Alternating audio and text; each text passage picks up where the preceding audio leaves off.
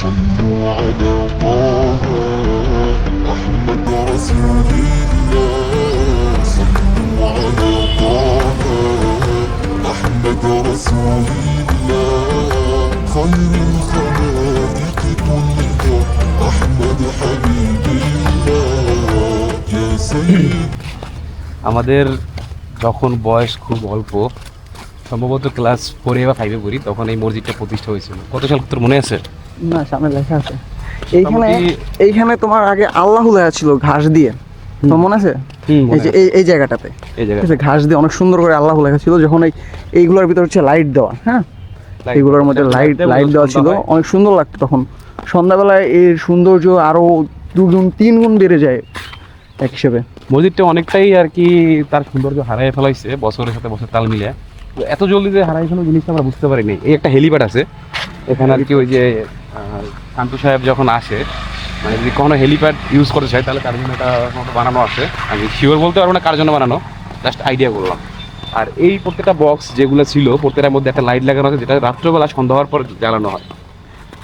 পাশাপাশি এই প্রত্যেকটা মসজিদের অপরূপ দৃশ্য আমরা এ থেকে আরও 4-5 বছর আগে করোনার আগ পর্যন্ত দেখতে পেয়েছি।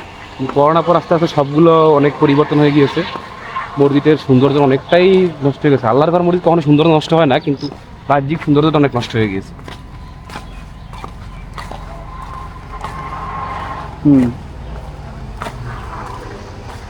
এই পাশে আগে মহিলাদের নামাজ পড়ার ব্যবস্থা ছিল, যদি এখন চেঞ্জ করে ফেলছে এটাকে।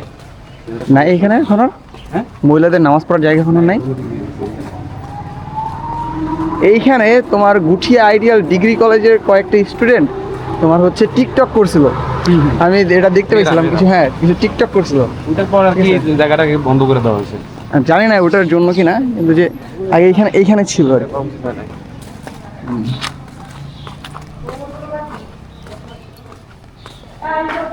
বিশেষ করে শুক্রবার জুম্মার টাইমে প্রচুর পরিমাণে লোক এই জায়গায় নামাজ পড়তে আসে বরিশালের বিভিন্ন প্রান্ত থেকে।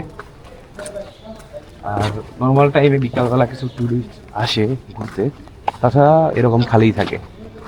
যদিও মসজিদ কর্তৃপক্ষ অনেক কিছু, এটা কিন্তু তোমার এশিয়ার 3য় সুন্দরতম মসজিদ হিসাবে এটা গণনা করা হয়। পেয়েছিল হয়তো, এখন এরকম এখনো আছে, গুগল সার্চ করলে পাওয়া যায়। মসজিদটা অনেক সুন্দর ছিল এক সময়, আমরা নিজেরাই মানি।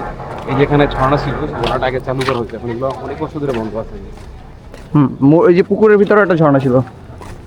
আচ্ছা, এই সামনে একটা বোর্ড আছে, সম্ভবত বোর্ডে লেখা আছে কবে প্রতিষ্ঠিত নাকি। হ্যাঁ, সবকিছু লেখা আছে, নিয়ে যাও।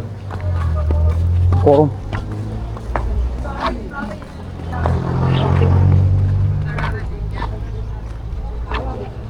যেহেতু আমরা সকাল 10টার দিকে চলে আসছি, যার কারণে মসজিদটা এখন বন্ধ আছে। আর প্রচণ্ড রৌদ্রের কারণে আমরা সামনে আগাতে পারছি না, যেহেতু খালি পায়ে যাওয়া লাগবে। তো যদি যেতে পারতাম তাহলে মসজিদের ভিতরে সৌন্দর্যটা আপনাদের দেখাইতে পারতাম। তো কোনো একদিন অন্য একটা ভিডিওতে আমরা জুম্মার টাইম বা কোনো সময় আমরা এসে আপনাকে ভিডিও দেখানোর চেষ্টা করব। আজকের মতো এটুকুই, এবং সামনে ইনশাল্লাহ আরও ভালো ভিডিও গুছিয়ে মসজিদ নিয়ে আসবো। আসসালামু আলাইকুম।